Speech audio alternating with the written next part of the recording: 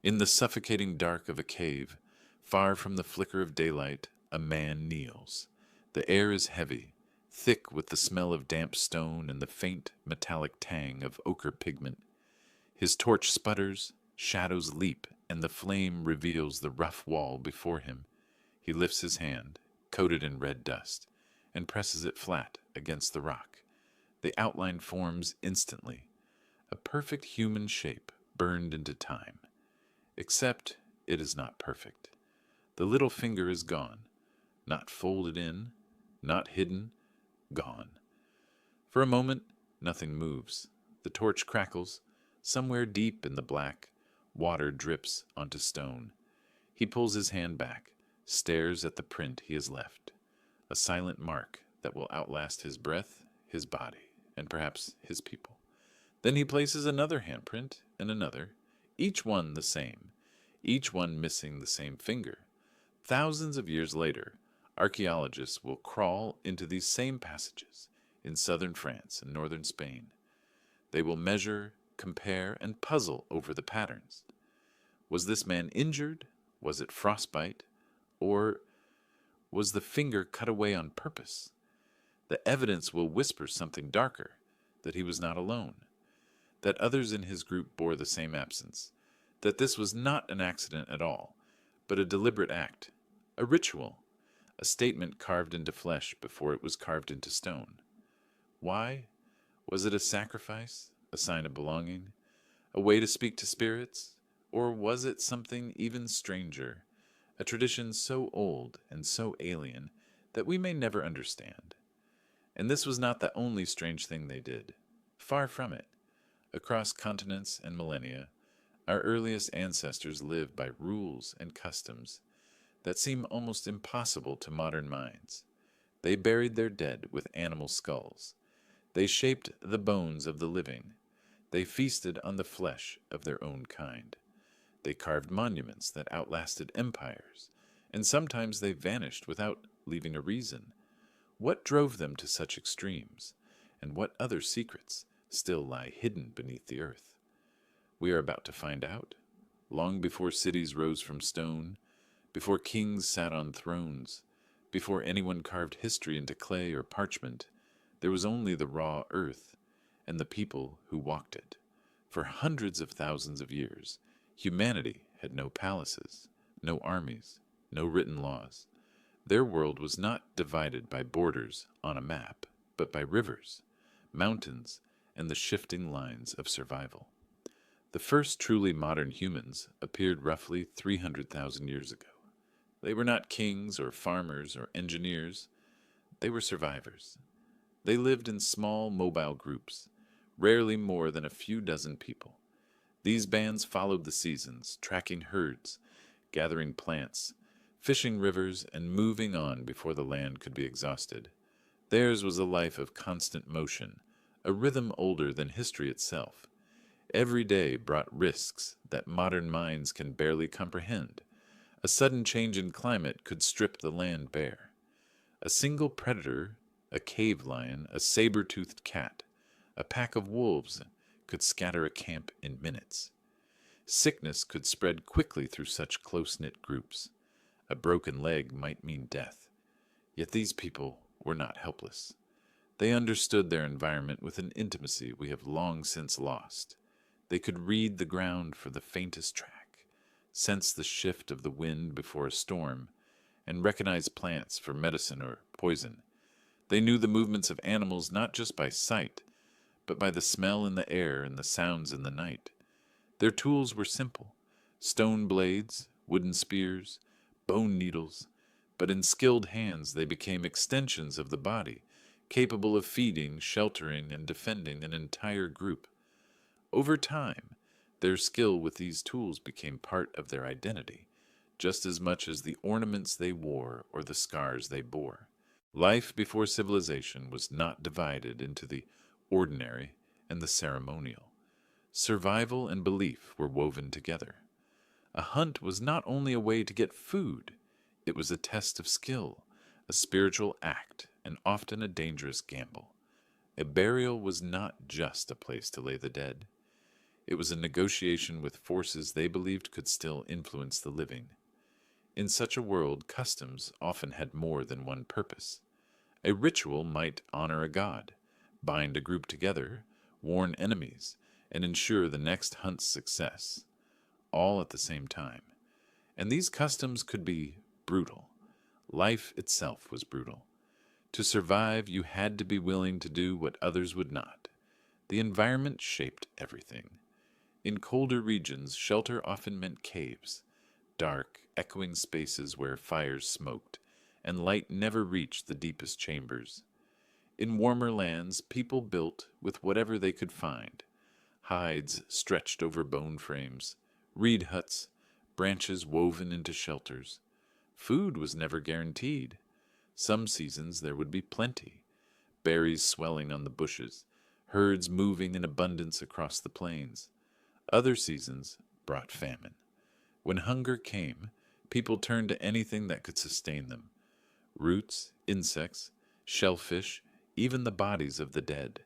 We cannot view these choices through modern eyes. To them, there was no shame in survival. What mattered was the group, because no one could survive alone for long. Every child, every elder, every skilled hunter had a place until the balance tipped. Then hard decisions had to be made, and not everyone would see the next season. This was the backdrop for the strange and brutal things our ancestors did. They lived on the edge of existence, where a single mistake could end a life, and where traditions, no matter how strange to us, could mean the difference between survival and extinction. The world they walked was wilder, harsher, and more unpredictable than we can imagine. Yet it was also full of meaning, a meaning they carved into stone, painted onto walls, and carried in their bodies. Every scar, every mark, every missing finger told a story. And some of those stories, preserved in earth and bone, will take us into the realm of the unbelievable. To the first humans, the world was not divided into the sacred and the ordinary. It was all sacred. Every hill, every river, every animal carried meaning. Death and life were not separate realms, but part of the same cycle, constantly exchanging places. This view shaped rituals that, to modern eyes, seem eerie, alien, even brutal. But to those who lived in the deep past, they were as necessary as food and fire. The dark chambers of the earth. Deep inside caves in France, Spain, and Indonesia, hundreds of meters from the nearest trace of sunlight, prehistoric people left their most vivid marks. Bison and horses gallop across the walls in ochre and charcoal.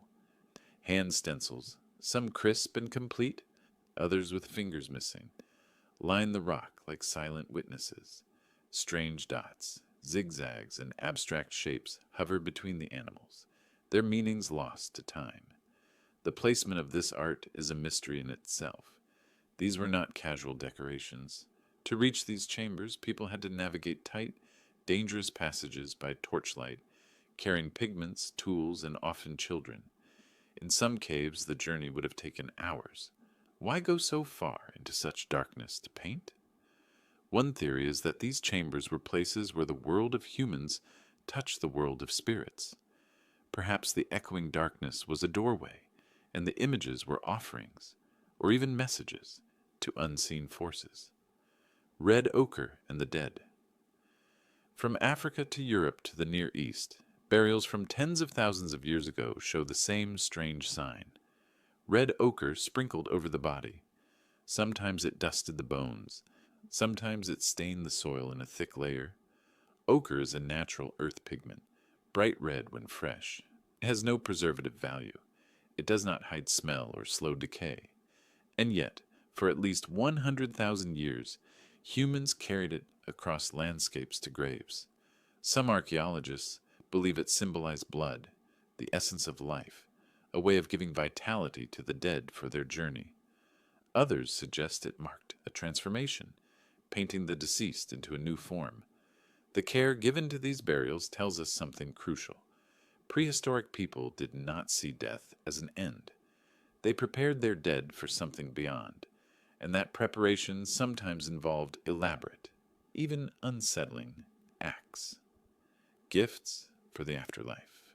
Many burials were accompanied by grave goods, beads made from shells or animal teeth, tools of stone and bone, weapons, ornaments, and sometimes entire animal skeletons. In some cases, the animals were clearly sacrificed at the grave.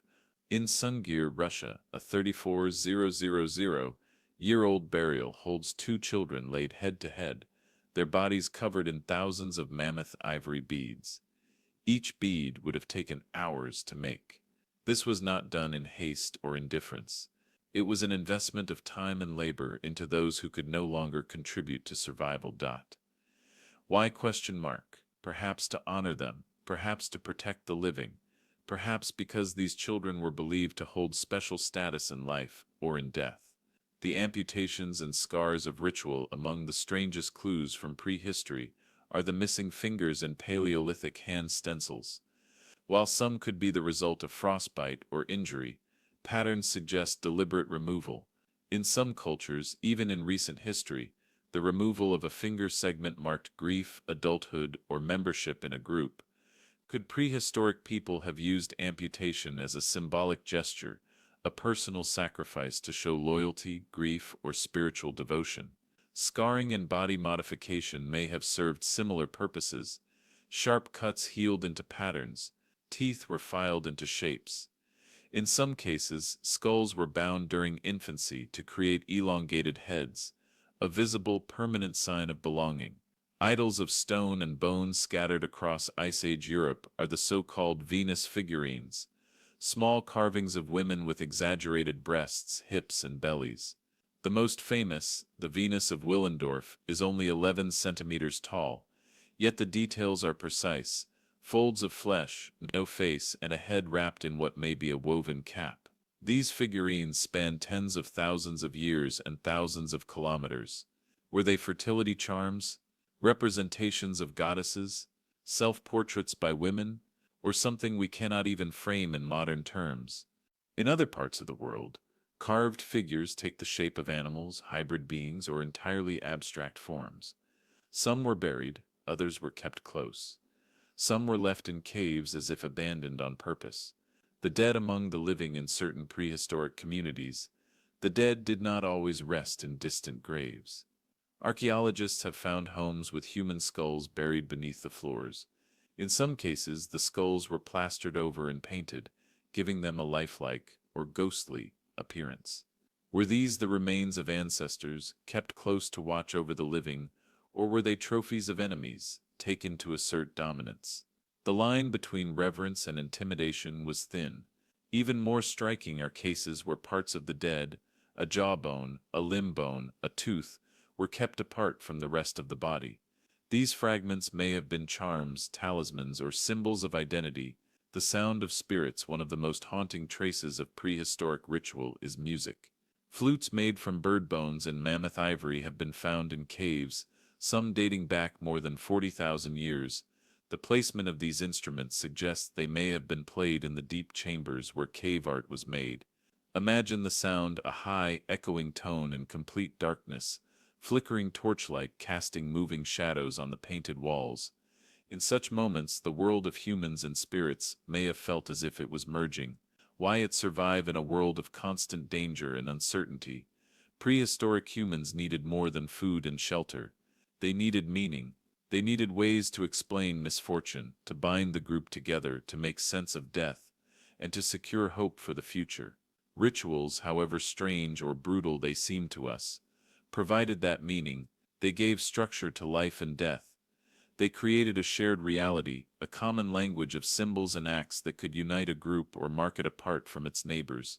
When we look at these ancient practices today, we see mystery, and in the next part of our journey, we will see just how far they were willing to go, not just in honoring their dead or pleasing their gods, but in surviving at any cost. Prehistory was not a romantic wilderness of freedom and harmony. It was a knife-edge existence. Every choice had consequences, and survival often came at a cost that would horrify modern sensibilities. To endure in such a world, People adopted customs that were as harsh as the conditions they lived in. Customs that, while unthinkable to us, may have been the only way to keep their group alive. The evidence for cannibalism. Archaeologists tread carefully with the word cannibalism. It carries a weight of disgust in modern culture, but in prehistory the reality was different. Sites like Gough's Cave in England and Krapina in Croatia reveal human bones with cut marks identical to those left on butchered animal remains. Some bones were split open to extract marrow, others were scraped clean of flesh. At Gough's Cave, even the skulls show signs of deliberate modification, their tops removed to create shallow, rounded bowls. Why? The explanations vary. In times of famine, eating the dead may have been an act of grim necessity, but other evidence hints at ritual, the placement of bones, the preparation of skull cups, the selective defleshing of certain individuals. To the people who did it, cannibalism may have been an act of respect, a way to absorb the strength or spirit of the deceased, or a way to dishonor enemies by denying them a proper burial. The intent is lost to time, but the physical evidence remains silent and undeniable. Trophy taking. Across the prehistoric world, humans kept parts of other humans, skulls drilled with holes for stringing, necklaces of human teeth, finger bones shaped into tools or ornaments. Some of these trophies may have been taken from enemies, displayed as warnings or proof of victory. Others could have belonged to loved ones, carried as talismans. In either case, the practice blurred the line between reverence and intimidation. In what is now France, a Mesolithic site revealed skulls placed on upright stakes along a riverbank, a macabre sight for anyone approaching by boat. This was no accident. It was a statement, a message carved in bone. We are strong, we are dangerous, and we remember our dead. Selective infanticide. Few customs disturb modern readers more than the deliberate killing of infants. Yet in the prehistoric world, it was not always cruelty, but strategy. In harsh climates or during periods of scarcity, a group's survival depended on the resources available. A newborn could not feed itself, and nursing mothers required extra food. If there was not enough to go around, decisions had to be made. Archaeological evidence for infanticide is indirect. Sudden drops in the number of infants in burial sites during famine periods, skewed ratios of male to female children, and ethnographic parallels from more recent subsistence societies. It is chilling to imagine, but in a world where one extra mouth could doom an entire family, such acts may have been seen as grim acts of mercy or ruthless necessities to protect the group. Scarification, tooth removal, and pain as identity. In some prehistoric communities, the human body was a canvas for both beauty and belonging, and sometimes for pain. Teeth were filed into points or deliberately removed. Skin was cut with sharp tools and allowed to heal into raised scars, forming permanent patterns. These marks could signify adulthood, group membership, or achievements in hunting or battle. The pain itself may have been part of the point. Enduring it without complaint proved strength and loyalty. It was a visible reminder that the individual belonged to something greater than themselves and had paid for that belonging in blood. Punishment and enforcement. Where there are humans, there are rules. In prehistory, rules were not written on paper but enforced through reputation, exclusion, or violence. Some skeletal remains show signs of deliberate breaking. Ribs, arms, or legs fractured in ways that suggest punishment rather than hunting accidents. Others bear signs of execution, such as sharp blows to the back of the skull, or bodies left unburied, far from any settlement. Exile was another brutal punishment. In a world where survival depended on the group, being cast out was often a death sentence. The land could not be faced alone for long. The ritual of the hunt Hunting was not just about food. It was a performance of skill, courage, and unity, but it could also be deadly. Some prehistoric hunts targeted enormous, dangerous prey: mammoths, aurochs, giant deer. These animals could crush or gore hunters in an instant. Success often required driving them into traps, pits, cliffs, or narrow passes where they could be speared at close range. Evidence from certain sites shows that hunters sometimes risked themselves not only for meat, but to demonstrate bravery or fulfill a ritual obligation. A failed hunt could mean death, but refusing to take part could mean dishonor and possibly exile. Harsh initiations. For the young to become full members of the group, they often had to prove themselves. In some cases, this meant surviving alone for days, returning with a kill, or enduring ritual pain. While we have no written accounts from prehistory, parallels from more recent tribal societies and certain archaeological clues, such as isolated burials of young adults with unusual injuries, suggest that these trials could be physically extreme. A boy might be sent into dangerous territory to hunt a predator. A girl might undergo painful scarification or tattooing before marriage. The risk was part of the meaning. Survival marked the crossing into adulthood, when brutality meant survival. To modern eyes, many of these customs seem cruel, even inhuman, but for the people who lived them, they were part of the fabric of life. Brutality was not an indulgence, it was a tool. Cannibalism could mean the difference between starving and surviving the winter. Trophy taking could deter raids. Infanticide could save the rest of the family. Scarification could bind a group together in loyalty that no words could match. These acts carried meaning. They reinforced who belonged, who was feared, and who was respected. They made survival not just a matter of food and shelter, but of identity, pride, and the memory of the dead. The shadow they cast. Even now, echoes of these customs remain in parts of the world, not in their exact forms, but in spirit. We still mark our bodies to show belonging. We still risk danger to prove ourselves. We still honor the dead with objects, words, and rituals. The difference is that we rarely face the same stakes our ancestors did. For them, every choice was a gamble with life and death, and every tradition was tested by the cold, the hunger, and the watchful eyes of predators. I am both human and animal. In this crucible of survival, human behavior was forged into shapes that could endure for thousands of years, carved into bone, stone, and memory. And some of the most enduring shapes are the ones that still puzzle us today. Because not all of their strange acts were born of brutality. Some were born of necessity, some of belief, and some of curiosity.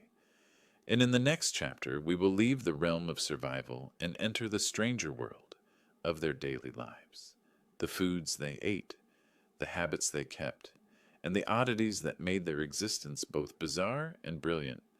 When survival is your only currency, nothing is truly strange, only useful.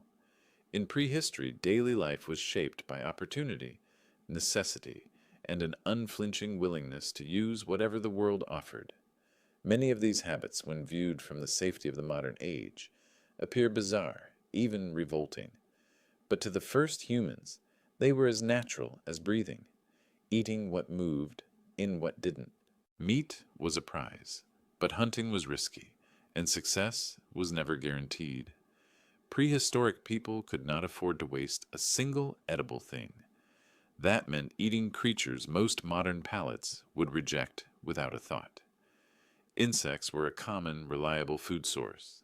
Locusts, termites, and grubs could be eaten raw or roasted in hot ashes.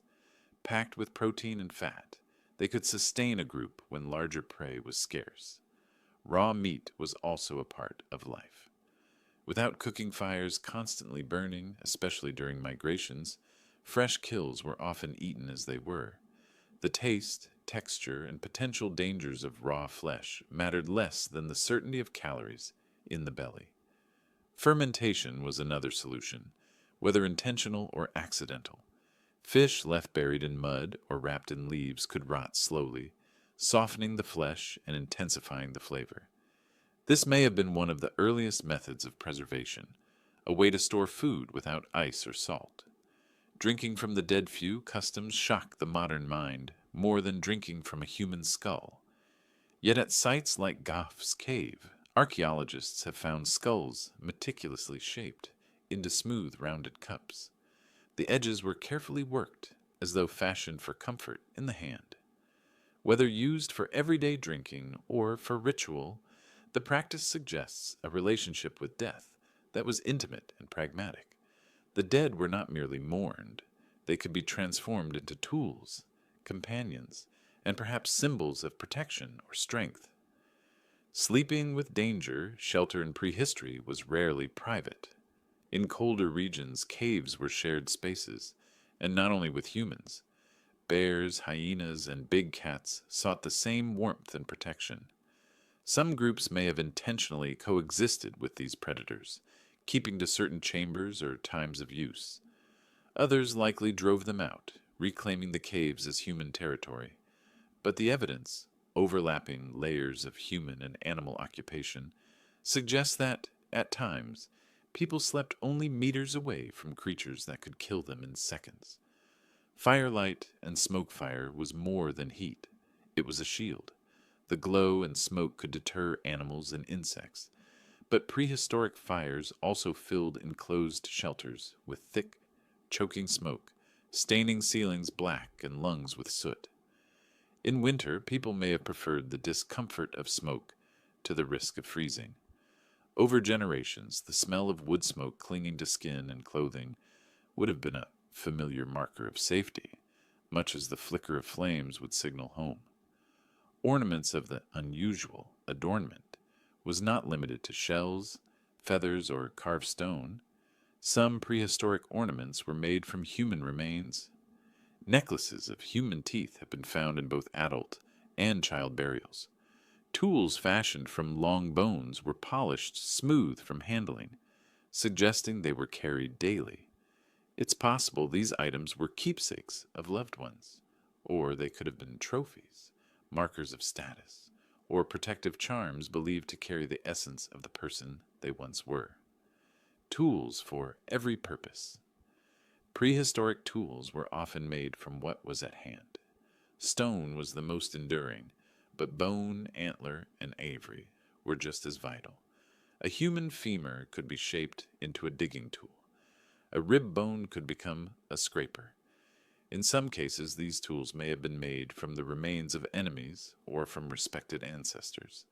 The material itself would have carried meaning, turning a functional object into something layered with memory or power. Communal meals and shared labor, food preparation was not an individual task. It was social. Large animals were butchered by many hands, each person working on different parts. The meat was divided according to rules we can only guess at, perhaps by role in the hunt, perhaps by family ties, perhaps by ritual hierarchy.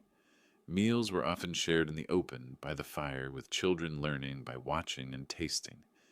In this way, the daily act of eating reinforced bonds, passed down skills, and reminded everyone of their place in the group. Seasonal movements and habits.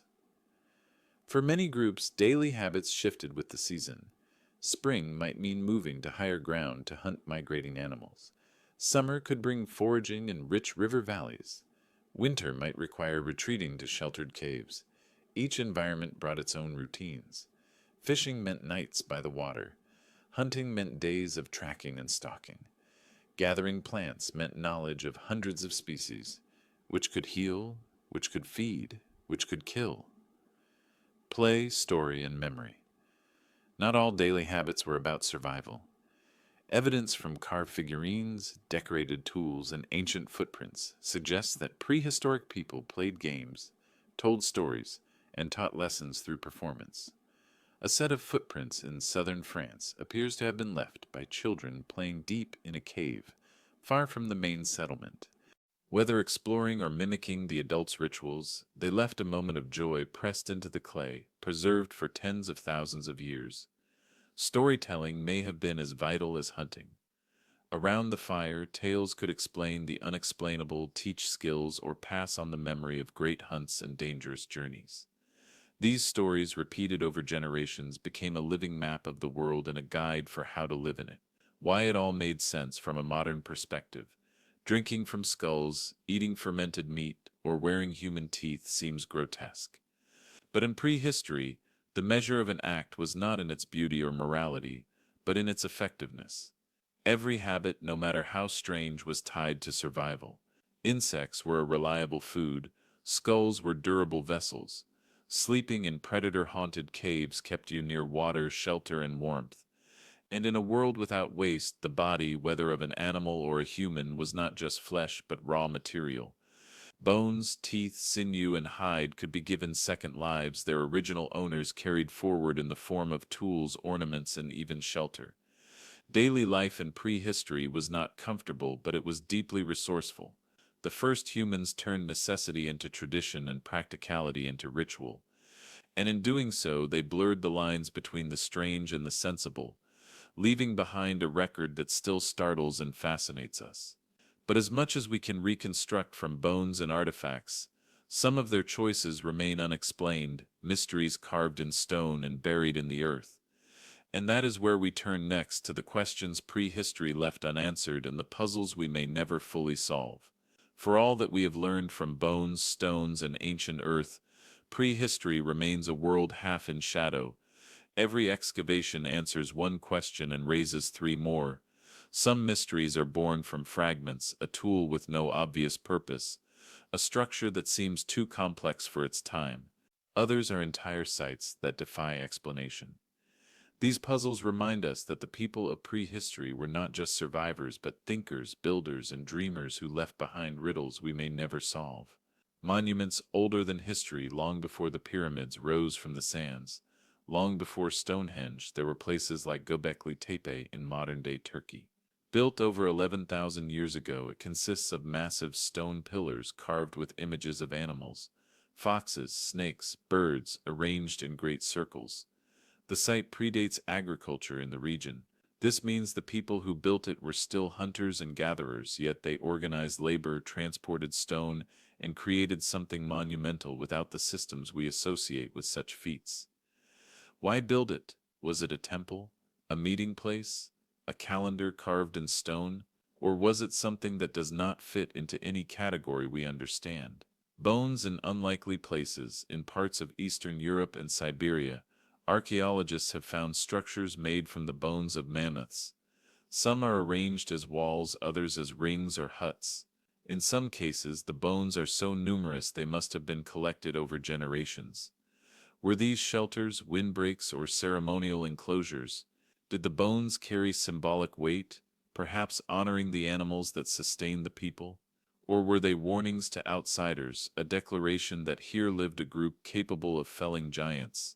Carvings of the impossible on certain ancient stones and cave walls. There are carvings of animals that should not have been there, creatures that according to our timelines were already extinct.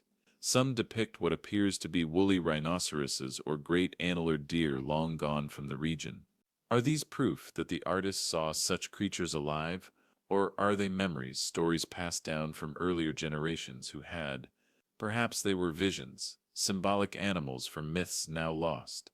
Even more curious are carvings and paintings that seem to represent patterns in the sky, clusters of dots, crescent shapes, or arcs that some researchers think may depict constellations, eclipses, or comet trails. Were prehistoric people keeping records of the heavens? The mystery of the megaliths from Europe to Asia to Africa. Massive stone structures stand in places where no simple explanation fits. Dolmens, standing stones and stone circles appear in regions where moving such blocks would have been a monumental challenge. Some align perfectly with the rising sun at solstices or with certain stars at specific times of year. This suggests not only astronomical awareness but an ability to plan and build on a scale that seems impossible for small mobile communities. Did these structures serve as calendars, ritual sites, territorial markers? Or were they a combination of all three, woven into a worldview where the earth and sky were bound together in meaning? Paths without obvious destinations. In several parts of the world, ancient trackways and causeways stretch for miles, often through difficult terrain, and sometimes leading to no apparent settlement or site.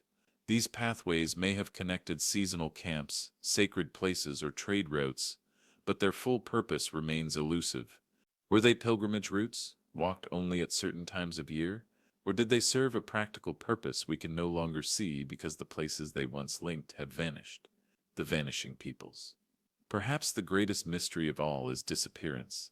Entire cultures appear in the archaeological record, flourish for centuries, and then vanish. In some cases, climate change, famine, or conflict may explain the end. In others, the cause is unclear.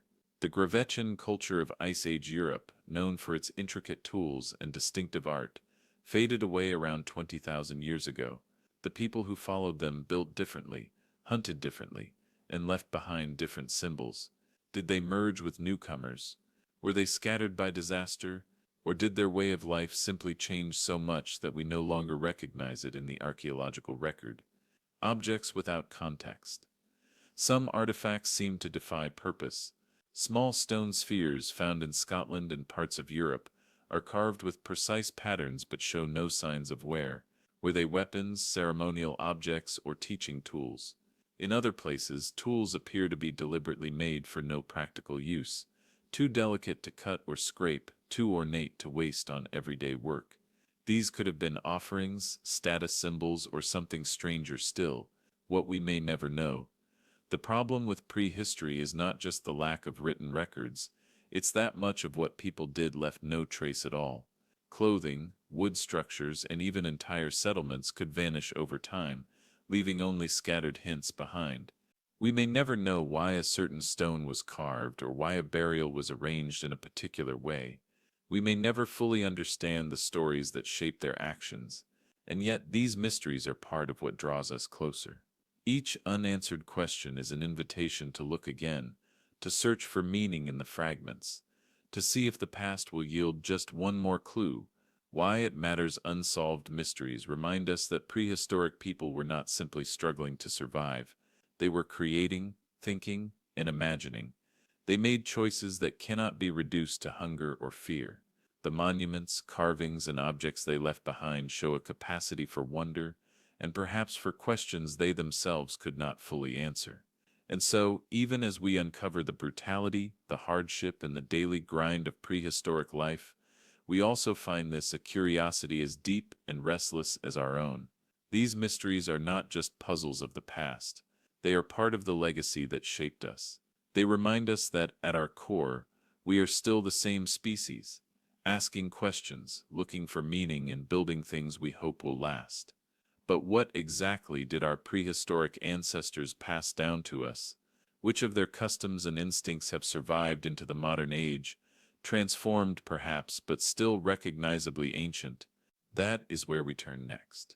The story of prehistory is not just about the people who lived in distant ages. It is about us. We are their descendants, carrying their blood, their instincts, and in many ways their traditions. The strange and brutal customs that shaped their world have not entirely vanished. Some have transformed beyond recognition. Others still live on in plain sight, disguised as culture, ceremony, or even entertainment. Echoes in the everyday piercing the skin, marking the body with ink, filing or altering the teeth. These are not modern inventions. They are continuations of practices tens of thousands of years old. Today they may be chosen for fashion or personal meaning, but in prehistory they marked belonging, achievement, and identity. The jewelry we wear, gold, stone, shells, follows a line that runs back to the first beads strung from teeth and bone. We may no longer believe they hold magic, but the act of adorning ourselves has survived the millennia unchanged. Rituals of life and death. We still gather to honor the dead, to speak their names, to place offerings. Whether flowers on a grave or candles at a shrine, the details have changed, but the impulse is ancient. Prehistoric people covered their dead in ochre, buried them with tools, dressed them in ornaments. We dress ours in fabric, surround them with flowers, and bury them in places marked for remembrance. The funerals of today carry the same core purpose: to give meaning to loss, to link the living with the dead, and to acknowledge the journey from one state to another. The drive to belong. Our ancestors cut off fingers, endured scarification, or took part in dangerous hunts to prove themselves. We run marathons, climb mountains, join military service, or undergo intense training for similar reasons. We still crave proof, not only for ourselves but for the eyes of others. In prehistory, being part of the group meant survival. Today, the stakes may be different, but the instinct remains: the need to belong, to be seen as worthy of the place we hold. The temptation of the extreme ritual danger still appeals to us. We leap from airplanes, swim with sharks, or push our bodies to extremes of endurance. The prehistoric hunter facing down a mammoth and the modern climber scaling Everest share something in common: the urge to test limits and to feel the sharp edge of life. Stories as survival. We no longer sit in firelit caves telling stories about the hunt, the spirits, or the great beasts that roam the land. Or perhaps we still do, only now the fire is a glowing screen. The hunt is a hero's journey in film or book, and the spirits are replaced by ideas, fears, and dreams shaped into words. Prehistoric stories preserve survival knowledge: where to find water, when the herds would come, what dangers to avoid. Our stories may not save us from a predator, but they still shape our choices, carry our values, and pass on lessons we want remembered. The instinct to build for eternity. We are still driven to leave marks that outlast us. The massive stone monuments of prehistory may have become skyscrapers, cathedrals, and memorials, but the intention is the same: to create something that says, "We were here." Even our smallest creative acts, a photograph, a message carved into a desk, a name scratched into wet cement, echo the first handprints pressed into cave walls. What we still can't let go of, some of our oldest instincts, are not so easy to shed: competition for status, fear of outsiders, loyalty to the group, even when it means conflict with others. These were survival traits in a dangerous world, but they also seeded the rivalries, wars, and divisions that still trouble us today. We are not separate from the people of prehistory. We are them, only with new tools, new languages, and new landscapes.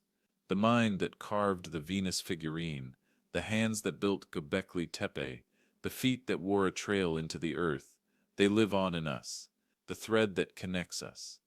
When we study their world, we are not looking at strangers.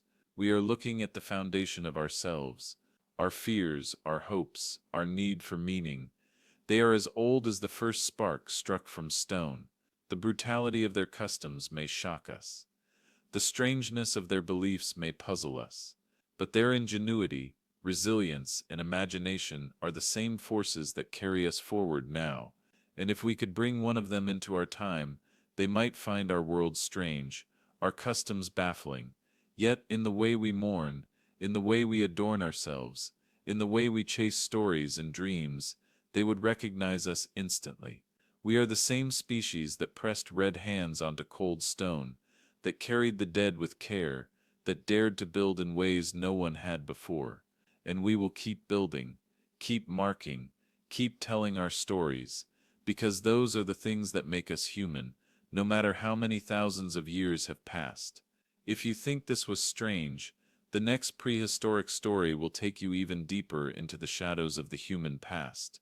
Like, subscribe, and tell us in the comments, which of these ancient customs shocked you the most?